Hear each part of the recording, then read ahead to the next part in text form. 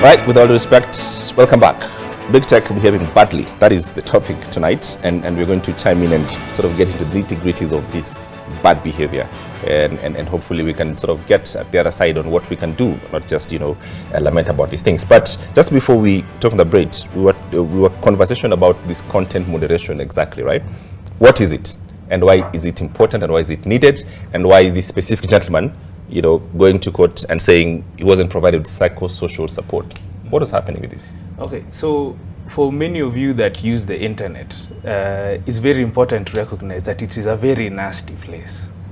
Yeah, and without a group of people called content moderators, that you would see all that nasty stuff all the time on the internet. For some reason, when you give people access to cameras and phones and just ability to push out any form basically of people are just nasty. People are just nasty. Now, it is the job of content moderators to sort of sift through that information and, based on a certain policy, take down a certain piece of information that is deemed to be clearly violative of a certain policy or a certain law. And secondly, leave something up. Because also one thing people don't talk about in content moderation is, what do you leave up? Right? Now, the thing about one of the things I like to call content moderators is that they are essentially the coal miners of the internet. Mm-hmm. They're the people that have actually ended up fueling the information age, because without them, the internet is unusable. It is fundamentally true. Right. Without them, the internet is unusable, but they are an incredibly invisible workforce. Right? Now, the case of Daniel now comes into play because this work, again, involves reviewing a lot of very gruesome content, right? And the thing is that if you are able to actually review a lot of this type of content, it is very easy to develop PTSD without the necessary safeguards and guardrails being placed around the workplace that you work in. And it can actually lead to very serious outcomes. In other countries, we have seen content moderators end up killing themselves purely because of the kind of content that they have seen, right? People have gotten radicalized in content moderation sweatshops, okay? So this is actually not something that should be taken as a joke or should be taken as lightly as Facebook coming in to say, actually, you know what? We shouldn't even be accountable for the content that we are serving this young man. Okay, this is not even our jurisdiction, but we are very happy to take money from advertisers. Okay, yeah. So that is essentially the issue. He was not provided the right kind of support, and it's, you know, basically almost ended up ruining his life. So why is it important for Facebook to, or, you know, all these big tech to have content moderators from this part of the world? Because they need to also develop an understanding of the context. It's so that they can avoid something called context bias, because these are a bunch of white dudes in America in hoodies, just punching code away, right? They don't know anything about James Smart or Georgie here, right? They don't know anything about our context, what is funny here, what is bad, what is good. So they often try and see if they can develop a system, or rather put in a bunch of people that can be able to sift through the content and take down what is good, take down what is bad. But the problem now becomes this: they don't hire enough of them. Yes. Secondly, they don't pay them. So we have a case of people who are also understaffed, right? Overworked and underpaid. Yeah. Georgie, the question and the pushback would be, because we have sort of an economy and ecosystem where we don't provide work. There's no sort of meaningful work for most of young people. So this is seen as great work. You know, someone is offering you, say, $2, you know, an hour. And one of the comments I saw in one of the threads was, you know, another white guy says, $2 an hour is really great in Nairobi. It's one of the top things you could ever get. How do you respond to that? All right. So the fact of the matter is we're still playing catch up, and we're going to play catch up for a very long time, right? Let's explore. One, we have some of the least information data sets or whatever around the world. Even I know we'll get into artificial intelligence and AI and what's happening. Only 1% of Africa contributes to that, the rest in Asia and America, right? So there's issues like language, you name it. Now, to the context of what's happening on ground, we have instances in certain parts of the country where people always talk about, mobile penetration and that's where big tech is capitalizing on. They say if you have 30% of internet connectivity on your continent, whoever gets that 70% controls the economy, so to speak, right? And that's what they're gunning for. But if you have a situation where you have one phone shared by 10 people in certain rural areas, then you come and tell them, we'll give you a phone, give you $2, give you maybe some form of connectivity and give you what? A lot of people will take that, and that's the general basis on most of these injustices, right? Whether social or economic. So the idea now is for most of this would-be powers that be is to sit down, map out like exactly what we're saying. How is it, we were discussing earlier outside, it seems very clear, but the things that always seem the most clear are the ones that are the toughest to do. $2 is improper. That's not even informal wage, that doesn't even cover that, right? So wage, standard practice and how you work, where you operate, how big tech puts their labor practices. Things like those seem very clear, but they need to be detailed. Anytime big tech comes and sets up, there needs to be a proper vetting and constant checks on the same. I beg, I mean, I would love to hear your opinion on maybe what kind of checks happen with big tech and some of the partners that they work with on ground, but ideally that's what I think would form basis. Anyway, is it possible, as you explore this question, this topic, that is it possible that our governance and sort of political systems come into the conversation, we sort of a complex, an inferiority complex in a way, and so we see, talk of politicians saying, well, we invite Facebook and Google to come and employ our people because this is the next frontier, and these things, and this sort of language and how we message, it sort of sets this stone that we need these jobs without any guardrails whatsoever. And that's the problem that we're seeing, where a lot of these bigger tech companies are looking for countries that do not have strict labor laws. And that's the loophole. And especially when we look at how this current administration is focusing on digitizing everything. So that means that when we digitize everything, then we have to start talking about safeguarding policies. It means what is work, what is healthy work, and even what is healthy interaction on the internet. And these companies have to be held accountable. But we also have a struggle because government doesn't necessarily understand the importance of these policies, and also we have states that control the internet, because we're not even talking about freedom of speech and expression. We have freedom of speech in our constitution, but then is it freedom of reach? And these are some of the things that we have to now navigate and decipher. What does it mean for our particular country when there are countries, neighboring countries, that haven't had access to Facebook for a year and a half right now? And so there are states that do control the gateways to have access to the internet. But we do live in a country that we have a president that's very forward thinking, but he also has to have an administration that understands the technicalities around protecting his young population and these big tech companies being held accountable. Tax them. Tax them. Let me maybe add a point to that. Let's have because we don't want to also run the risk of making it look like it's a government-specific problem. Let's give the example of maybe Nigeria, right? Nigeria got the most funding in within the tech space last year, over 1 billion.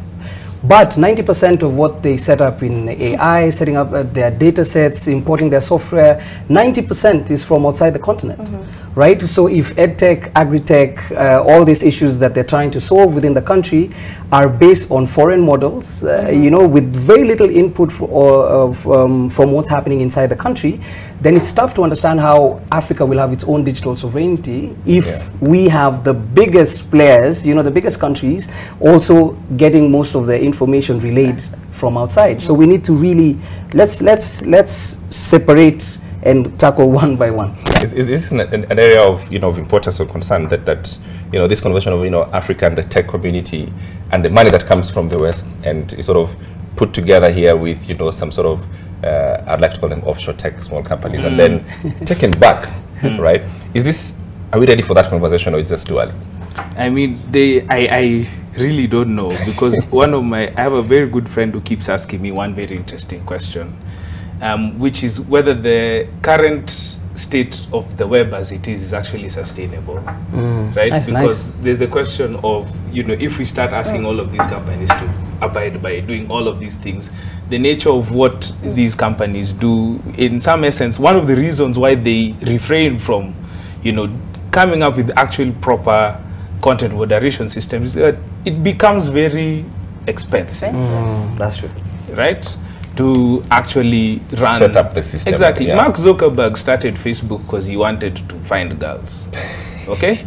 He did not expect it to have the kind of impact on politics that it has right now. Yeah. Yeah? But he has to deal with those consequences. Right? Which is one of the things that I think is one of big premises around even this case that Daniel has brought forward against him and his companies. Right? That there's consequences to the kind of scale that a lot of these tech giants and web companies have been able to achieve very rapidly over the past 20. It's just a 20-year period, by the way. In the case of Facebook, it's even less. Yeah. So those are now the kind of things that we actually have to think about when it comes to this. And just back to that next frontier thing. I always want to say that I don't think a politician says something out of just the nature of their goodwill. I'll just point to another side of the world just to give you a sense of a parallel. The largest the largest lobbyists in the US and in the EU right now are all tech giants. They're spending more than tobacco, they're spending more than pharmaceuticals, they're spending more than the automotive industry, right? You can draw your conclusions as to what exactly is going on here in terms of the next frontier. So it's just for control, political control, in essence. Yeah, that's what we were saying. Both online and offline, there's a lot of power being wielded by these tech companies. So that's in essence what we're trying to map out. And what I was saying earlier, if whoever gets that 70% that we lack in connectivity, everyone is gunning for that. Whoever gets that 70%, ideally runs much of the economy, Africa's economy. I want to talk just about the question of algorithms, and this is a question that is coming up on how we are unable to even decide what happens to us. So, you know, and we essentially are at the market, you know, and everything's like, yes, we put everything online, you know, it's the easiest place to sell things, and, you know, it's the next frontier, as someone like to say, and it makes business sense. Capitalism then kicks in. How is that sort of conversation setting up, and how do we start understanding the, I would like to question, how do we understand the problems with that we don't own anything in these places, and we're giving up everything in that space, and we don't seem to even know that we're doing it, and we're happy with the state of affairs? I think it's the new front of capitalist colonialism, right? Think about it, it's that exact same thing. We are giving everything, right? There's someone who is basically doing the least and getting the most from us. And I like to think about it as that is that very basic premise. And then there's the fact that you know, if you think about even how hard it is for people to get context relevant results when they use some of these algorithmic products, it is going to end up bringing about very interesting kinds of discrimination, right?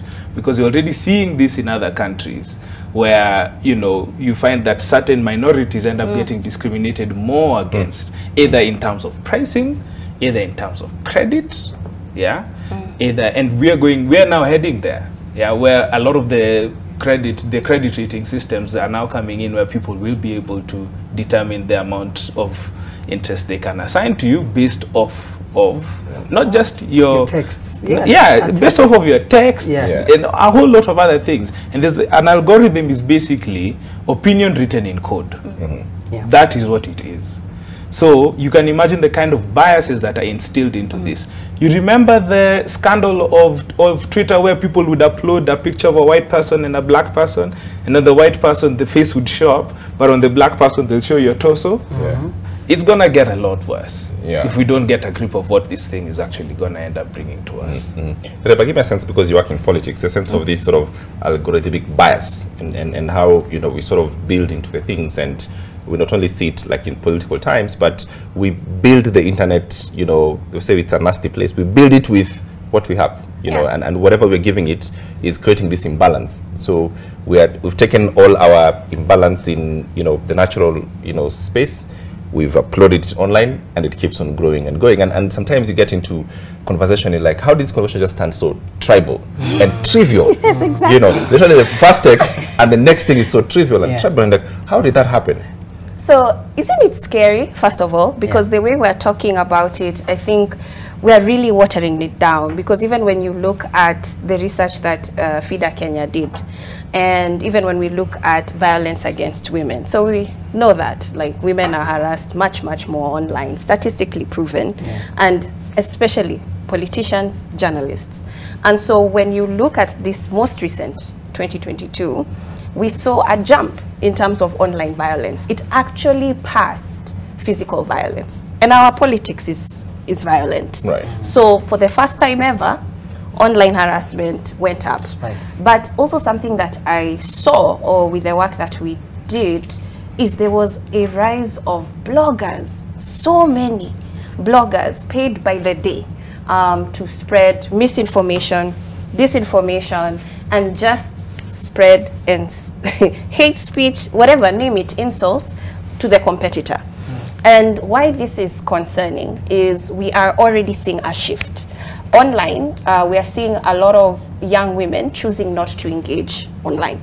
So because of the harassment, the bullying, but also when we had a meeting with content moderators or people who were in charge of the social media handles of female politicians, with a meeting of 30 of them, 2 were actually female behind the account of a politician, of a women rep, of an MP, of a governor. The rest, 28, were men. So it shows you that to be able to survive digitally, we're talking about these algorithms, women are now becoming more masculine to survive online. So now we're retaliating, which is seen as very manly, abrasive, where you have to fight back with your words, a warrior, keyboard warrior. Yes. And so many women are not like that, but you are forced. You're forced to be that. To be that. And so we're seeing teenage girls coming into online spaces with this attitude and growing in this way. This is what algorithms are doing, where the things that are useless, the things that are degrading, shouldn't be online, are the ones that seem to go viral. Yeah. And so you only have access to that. And when our children are exposed to the internet younger, for them, this is a normal interaction. This is how humans behave. So there's no sense of online or digital etiquette. And so now we're beginning to ask ourselves, what is normal behavior? When we are also seeing, you know, when the US is launching a whole task force on online bullying, a task force in White House, because they're saying that the teenagers are now struggling with cyberbullying. And this is even more concerning because when we talk about political conversations, they actually lead to death. And we're seeing that in the case in Ethiopia, which is what is in court right now. Right. And that is something that I don't think it's far for Kenya. Because the way the election went, I found it very interesting that people were doing their own tallying on Facebook. Exactly. They were not even watching these stations. They were following particular people on their Facebook pages. Right. But this went okay. But what happens when we go through another election and things go left? Because you're utilizing information coming from an individual who frankly has a badge and a larger influence and reach, and you cannot verify that their information is factual. So our algorithms can actually lead to death. And these are the things that we have to push toward big tech companies to be more accountable to, and because they're actually having an impact on our population. All right. This is very depressing. It's worrying. I know, that's why I said we were But I'm gonna take a short break on I'm this point. sorry. Yeah, but when we come back, we'll talk about, you know, TikTok and this new sensation, GPT, whatever that is. With all due respect.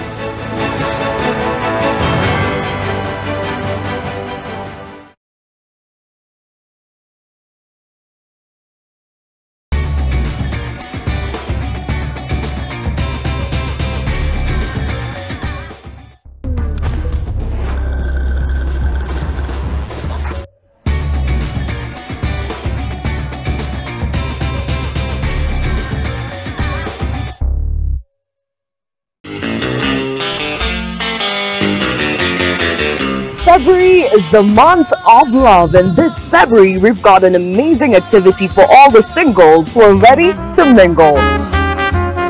It's going to be an afternoon full of good vibes and awesome activities from speed dating, sip and paint, charades, karaoke, and so much more. Get to enjoy live music from Hard the Band.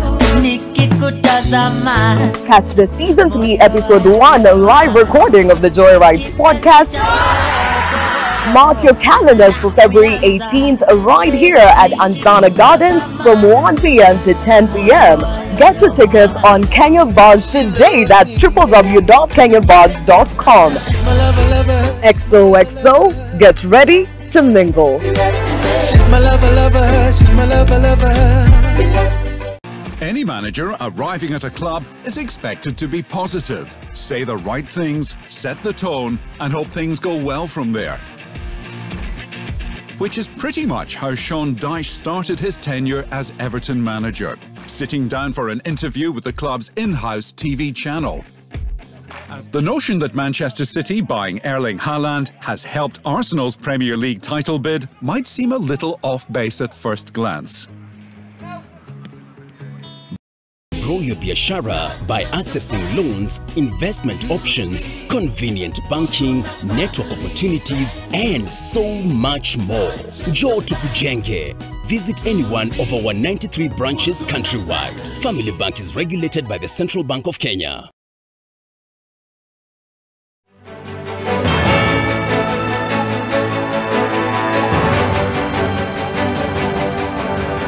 All right, welcome back. With all due respect, big tech and responsibility in the continent, in Kenya, is it possible? We're getting to the final stage, and we want to talk about this question of, TikTok and the viral sensation, because everyone apparently is on TikTok, but, and Chat GPT. But first, let's get some of the feedback of what we're seeing, what you're discussing tonight. Edward Kalia says on Twitter, ultimately it is important for tech companies to be held accountable for their actions in Africa and to ensure that their activities are transparent, ethical, and beneficial to African communities. Edward Kalia on Twitter. Alexia, with very many numbers, says, I blame our government. Our government fails to appreciate that magnitude of allowing big tech in the country without proper implementation of digital laws. Such clauses like jurisdiction should make them stop and question. Very, very important. For that, we'll get some more later on. But just, a quick, sort of feedback on that. Let's talk, transition this as we get what the audience is thinking about the question of jurisdiction, which we've gone through, and government responsibility and that sort of thing. TikTok is a viral sensation. Every 2-year-old now is on TikTok. And they want to be on TikTok. You're the only one. I'm refusing to be on TikTok. I'm really refusing to be on TikTok. I saw governors, and everyone is on TikTok. Odaga, let me start with you. What is this sensation of TikTok? And could you put to rest this, thing that they say that in China, TikTok is for helping young people to come up with concept and build things, and it's for science and it's for growth, and everywhere else in the world it's for dancing. Okay, so I think just to describe what TikTok has done differently is I could maybe put it in two things. The primary thing is something called the For You page, which is that they've figured out how to feed people video content in a way that is, or rather, in a way that is so tailored to your preference and so gripping and so entertaining that it's able to keep you on the app for quite some time. Right. Okay.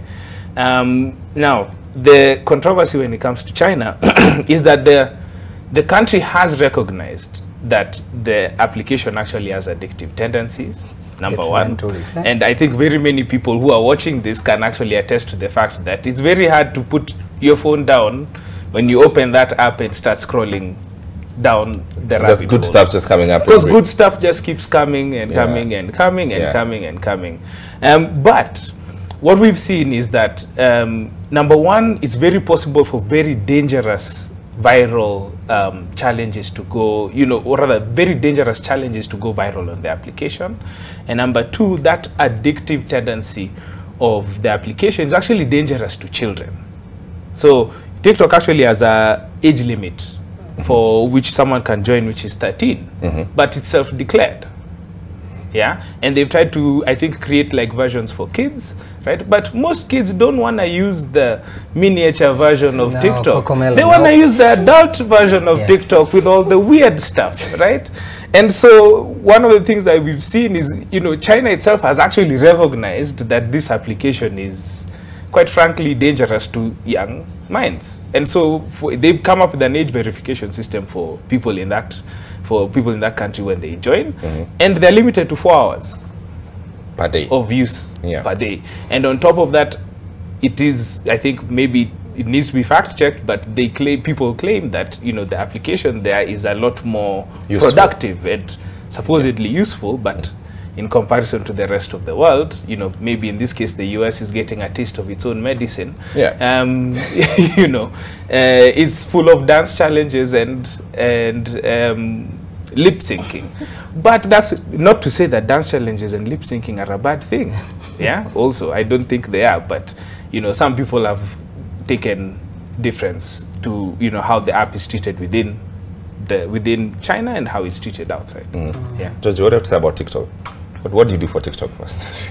So first of all, I've tried replicating what I have on Instagram to shorter form versions that I put on TikTok, and then it doesn't work. You have to curate. TikTok is the addictive tendencies, they manifest and you don't even realize when they are, because for you to get to a certain following, maybe if you're driven by that instant gratification, for you to get to maybe 500,000 viewers or followers, you have to upload a video almost every day. What are we going to do that? And you have scripts to tell us and questions and planning for Nerima will come and possibly not even a good dancer. There we go. And actually, maybe if I can just add on to that. Oh, you can lip sync if you can dance. Thank you. That's my director. If I can just add on to that, there's actually emerging research around the idea that influencers actually might be very miserable people. Because they're slaves to the algorithms. They have to keep producing content every day for free, by the way, to a platform, only to get a reward of views and likes in the hope that an advertiser can come, and that's the only thing it will reward. There we go. Right. So we needed to also like look at it from a different lens, right? Like what we were discussing even during the break, where we were clarifying that TikTok and all these companies, the government, it's country by country, right? And every country can allow certain things from these big tech companies to come and, you know, infiltrate their countries, infiltrate their population. It's very country by country based. I don't know why I thought it was regional, but yeah, country by country. Now, on a larger scale, around the world, we have over 100 countries, I think 126 countries that have access to information laws. That's about 90% of the world that can go to a local authority and tell them that I need to know where my data is going, I need to know how you're using my data and what. 90% of the world. The only thing is, the law does not apply to big tech the same way it does to public institutions, because they are not public, you know, they're not, most of them are not publicly treated as other institutions within our different countries. So in that very essence now, it's up to, again, governments and the powers that be, lobbyists, activists, all that, to ensure that when we have a very dedicated digital system, or we're trying to have these data protection laws, they are very centered on what the particular issue is, and when you get your data, this is, you know, what you can do with it. And how I knew about that, my little brother, he told me he sent a letter to Google. He's waiting for 2 weeks. He said he sent them a letter to ask them what they were doing with his data, and he's 10 years younger than me. You know, so people really understand what's happening, what it's doing, and how that is going to manifest even as years go by. We are all watching as it unfolds. How does, you know, TikTok, and how can TikTok be used for politics? And I mean, like we've seen, you know, governors and, you know, politicians looking hideous, of course, but on TikTok, you know, I can say that for sure. But it's true. Yeah. So, but they're there. Yeah, they're there. How is it influencing, and how do you see it in politics? My organization is on TikTok. We do share information on TikTok. Through dancing and lip syncing. Yeah, they dance, but they also share very important information on there. I'm not on TikTok. My team is still like pushing me to. Kind of showing your age. I am struggling. Kind of showing your age. I have, anyway, let's not get into it. But what I do realize is that a lot of, you know, activists, emerging young leaders are utilizing these platforms. So human rights defenders, and, you know, also myself, I'm part of the Council for Responsible Social Media, which is different individuals in their different capacities. Our work, you know, is now intertwined with social media engagement just because of the population that we interact with. And it's going to be important for people to understand these platforms, and we do utilize it, and we have seen a difference because we use cartoonists to writers to spoken word, and finding a way of sharing information quickly, and also in a way where the call to action is also fast. Because it's also changing how we think. People don't have the time, or we don't no longer research in depth. We're not going to look through an encyclopedia to find out about We just want 3 seconds video. Give me 3 seconds. Yes. What do I need to do, and how can I change that? And this is also changing democracy, because even people are talking about digital democracies. Why are we not voting online? I mean, the whole question was, how come I couldn't register as a voter online? And that's the youth, you know, bringing up these questions. So I think these are going to be the new conversations that these generations are going to be bringing up. And we're seeing Generation Z coming up and having access to platforms even earlier. And people just need to get on board with it. Are you worried, just kind of before we go to, you know, to the chat thing, are you worried about just overall sort of acceptability of every platform that shows up without us, you know, having some sort of governance, you know, sort of structures or guardrails? That's a great question. Because the US, the US is asking itself one very important question about TikTok. Ask yourself, why is the US military not allowed to use TikTok? Why are states banning teachers, states within the US banning teachers and other people within government from using the platform? There are very serious concerns about what the how the data of their citizens is being extracted and sent to another country. And that country just so happens not to be too on very friendly relations with them. Those are very serious accountability questions that need to be asked about platforms as they begin to be set up within many of these countries. So yes, there is a worry about the way, it's a free market though. I'm also very much a free marketeer, but it's a free market.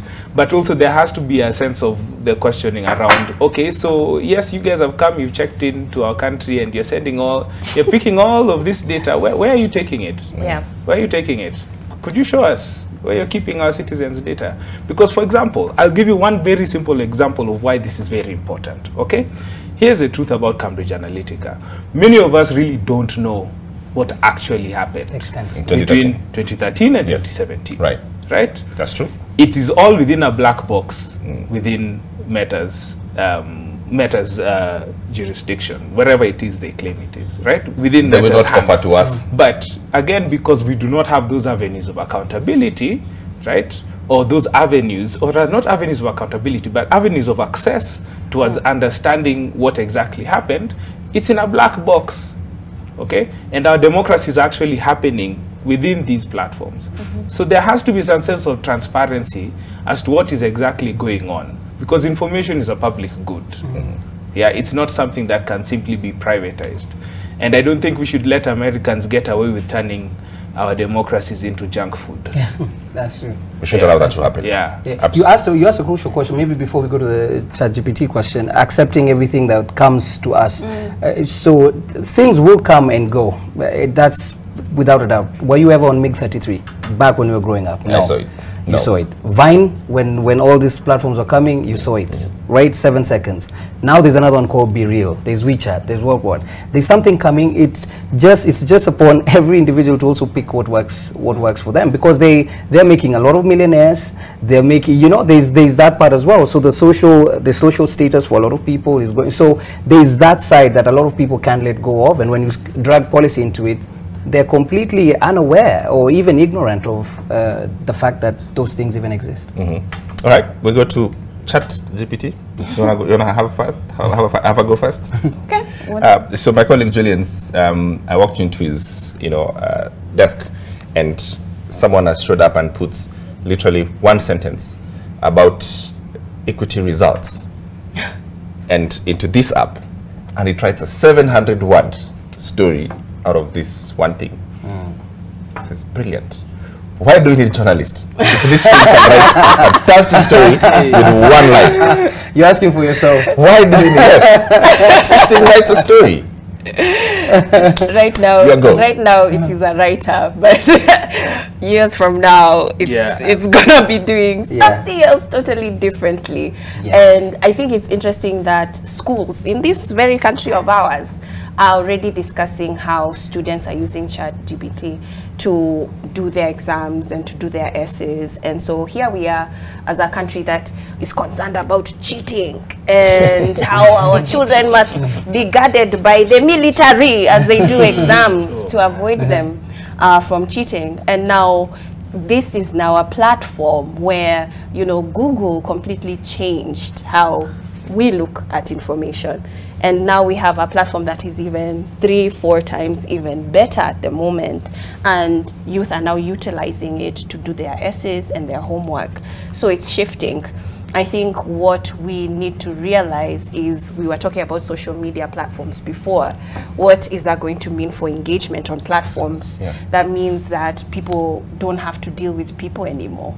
You just have an AI friend who knows everything about you and can speak to you and engage you, and you're fully satisfied with that. And those are some of the things, even when we talk about metaverse and having, when we talk about having conversations and meetings, when I'm talking about politics, town halls, without having to be physically present in a room. And these are some of the things that is going to change how we behave and human behavior. That's what I see. Yeah, I would love to as well. Because I think there's a very dystopian element to what you're saying. Because have you seen these cases where I think guys nowadays are not even texting each other anymore. They're like just going into ChatGPT, they take the response, they put it into ChatGPT, they get a response, copy the paste. Like, guys are using it on Tinder now. Wow. Yeah, so what if the other person on the other side is also doing the same? So you're all just doing the same. There might be like one in a very dystopian future. I think it's also probably already happening. You might just find it's just a bunch of AI just talking with loose editing here for proof. But that's a very serious thing. Yeah. What's the greatest thing about this, sort of app or application? What's the worst thing about it? That Kenya is involved somehow, as always. Yes. Which I always find very weird. That we'll always have our country in the right in the middle of the middle of some weird stuff all the time. I just don't understand. That speaks to your digital prowess as a country. Like, what is this? For some reason that Kenyans were actually used to make ChatGPT safe to use. Because the first version just came out, was really bad. It was awful. It was really bad. It could literally could not be used, because the moment you put something, it just spew a whole bunch of very nasty stuff. And so they used Kenyans to fix it. Literally, Kenyans. Actually, OpenAI somewhere should be sending reparations, man. Like, they're about to make a lot of money. They were given $10 billion by Microsoft. Right? Where is our share? Because genuinely, that thing is usable because of Kenyans. Yeah. That's the great thing about it. And that's but they're suffering. They have PTSD now. So I think what Nerima mentioned was spot on. Right now it's doing writing. Right now it's doing most of this basic stuff, and we're all getting wowed because you can reply, you can tell it make a website for me, and but it will definitely evolve into something else. So we need to really have the layout proper. ChatGPT, OpenAI, artificial intelligence definitely dependent on machine learning. Machine learning dependent on humans, so it's a full human-centric ecosystem. As much as we say, it's machines and they're going to take over, where is your job? They're humans feeding in those data sets, saying this person has this, blah, blah, blah. The difference now is of the journal publications of artificial intelligence around the world, 1% in Africa, 40%, 20% in Asia, America, right? So that means whatever is being churned out, if you wrote on ChatGPT and said, write for me maybe a 2040 poem based on love written by Nameless, and you write something similar written by, you write Frank Sinatra, it will give you almost the same thing, right? So it's not entirely specific, but that's where now our role is to ensure that as we move, that 1% goes into more representation, right? So the onus is on us, right? We are seeing something evolve, and we've started at the same pace as everyone else. For one of the few things around the world, it's up to us to now say we're not going to play catch up with this. Representation starts now. Final thoughts, Nerima? Something uplifting. Okay. Wait, when I come to me last. No, not Nerima. Not Nerima. But you don't understand me. you do that. I realize everyone of this time is very depressing. But anyway, go to the depressing. This is a very serious thing. Yes. Kenyans need to be more concerned about what's happening in the courts and to follow the case, and to also ask questions much more. We're exposed to social media a lot, and we're exposing children to it too. So I would say my last call to action is read more, learn more about this exposure and why it's important to you and your future and your children's Do you think future. you're oblivious about all these things Yes. in general public? We are very oblivious. I mean, we should have been more engaged with the ruling that happened on Monday. They should have been more in the media and talking about it much, much more, because there are amazing people doing good work, and we need to appreciate them and recognize them and follow up with them. Georgie? Yeah, final thoughts. I'm not going to say too much. I'll just say we've what I've said before. We're almost at equal playing ground, just very little resource. But it's our time to make sure we're not playing catch up. Yeah. What I'd just like to tell Kenyans is that when you find yourself acting weird online, it's not your fault. It's by design, and that there's actually someone literally pulling strings to get you to act that way. You might not actually think that that's the case, but it is. And secondly, please, let us engage with that case a bit more, because I think it's going to reveal a lot about, in a very nascent view, help us engage a lot about what tech policy means for us, and understanding a way in which we can actually use this thing all these new technologies in a way that can benefit us and not really damage us in totality. Okay. Yeah. I feel the need to say that we should have like this monthly roundtable around tech and that sort of thing. It will be very depressing, but we will have it either way, because the internet is a very interesting and depressing place at the same time. But let's talk about some of your feedback before we leave tonight.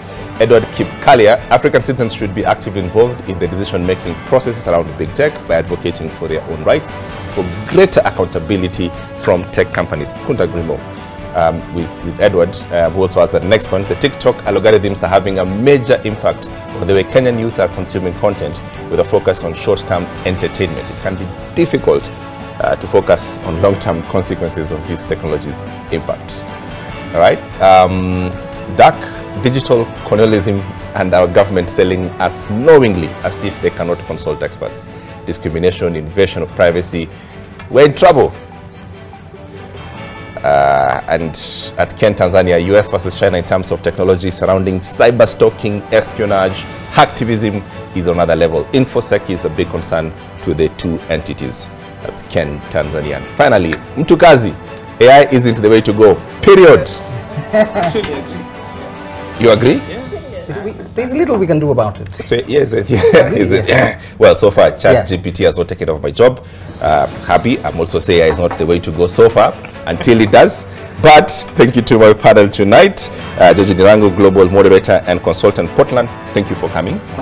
And Nerima Wako Ojiwa, Executive Director, Siasa Police. Nashukuru sana. And obviously, Odaga Batung, Senior Researcher, Elections at Mozilla Foundation. Ladies and gentlemen, come back again and again. Let's have this. It's refreshing and interesting.